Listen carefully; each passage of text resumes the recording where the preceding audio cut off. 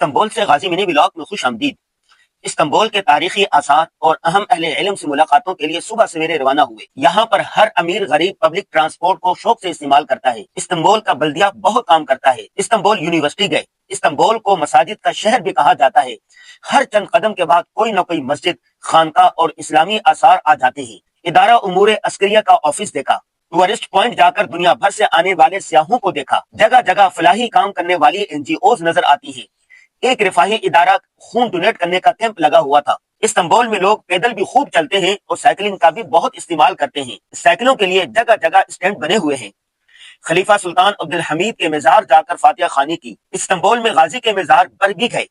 شہزادیوں کی قبریں بھی اسی احاطے میں ہیں۔ قبروں کے کتبے 20 قسم کے ہیں اور ہر کتبے کا کوئی نہ کوئی خاص مقصد اور کسی اہم عہدے کی علامت ہے۔ جانوروں کے لیے جگہ جگہ خوراک کے باکس لگائے گئے ہیں۔ جامع مسجد آیا صوفیہ گئے۔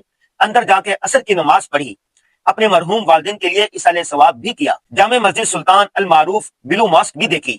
سلطنت عثمانیہ دور کے حمام اور خانقاہیں دیکھی۔ نماز مغرب مہر و ماہ مسجد میں پڑھی۔ اس مسجد کی عجیب داستان ہے جو کسی ویلاگ میں دیکھیے گا۔ پیدل جا کر ہوٹل سے کھانا اور بیکری سے مختلف قسم کی روٹیاں خریدی۔ استنبول میں 40 سال سے مقیم ڈاکٹر ندیم صاحب ملاقات کے لیے آئے۔ اس کے علاوہ بھی اور بہت کچھ کیا جس کی تفصیل انشاءاللہ 10 سے 15 منٹ کے ویلاگ میں دیکھیے گا۔ استنبول سے اللہ حافظ۔